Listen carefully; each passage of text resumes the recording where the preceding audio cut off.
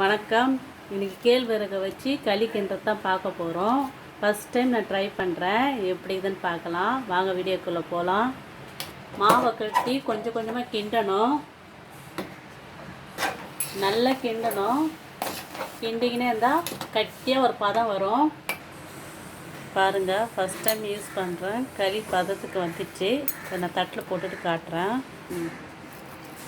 பாருங்கள், களி நல்லா சூப்பராக வந்துச்சு. நல்லா சூடோடு பிடிச்சோம்னா நல்லா உருண்டை பிடிச்சி வந்தோம்னா வந்துடும்.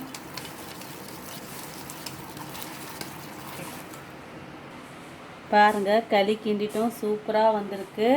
இது காம்பினேஷனாக நம்ம கறி குழம்பு, கருவாட்டு குழம்பு எதனா ஊற்றி சாப்பிட்லாம். சாப்பிட்டா டேஸ்ட்டாக இருக்கும். இதுக்கு மேக்ஸிமம் கருவாட்டு குழம்பு, கறி குழம்பு சூப்பராக இருக்கும். நீங்களும் வீட்டில் ட்ரை பண்ணி பாருங்கள். எனக்கு ரொம்ப சந்தோஷமாக இருக்குது. நான் ஃபஸ்ட் டைம் பண்ணி சூப்பராக வந்துக்குது. டேஸ்ட்டு சூப்பராக இருக்குது.